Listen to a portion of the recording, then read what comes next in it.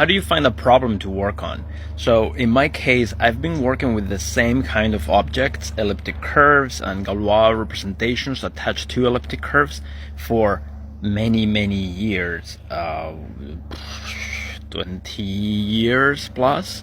So I have encountered so much along the way in terms of data, in terms of examples, in terms of things that I think are true, but I don't know that they are because there's no theorem out there that says that they are, that I know little things that I would like to explore.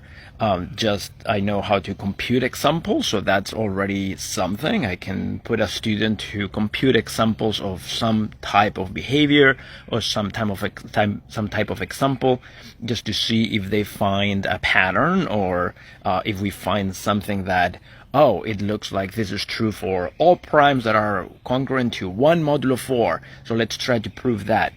So if we find something like that in the data, then we try to prove that. Otherwise, if you want to find other problems to work on, you can read papers. There's a lot of papers posted in the mathematical archive every day. So you can read papers, and in many papers there are questions left out in the paper, that there are remarks in the paper that said, we think this is true, but we don't know how to prove it. Or you might read a theorem and say, oh, I can prove that, but in this other case, or I can do an analog of this in this other scenario. And then you can write a paper in that way.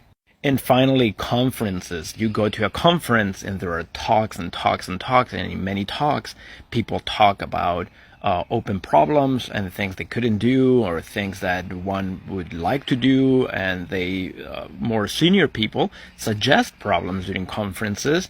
They say like, okay, for those younger mathematicians in the audience, it would be nice if someone did this, and then you can go home and try to do that.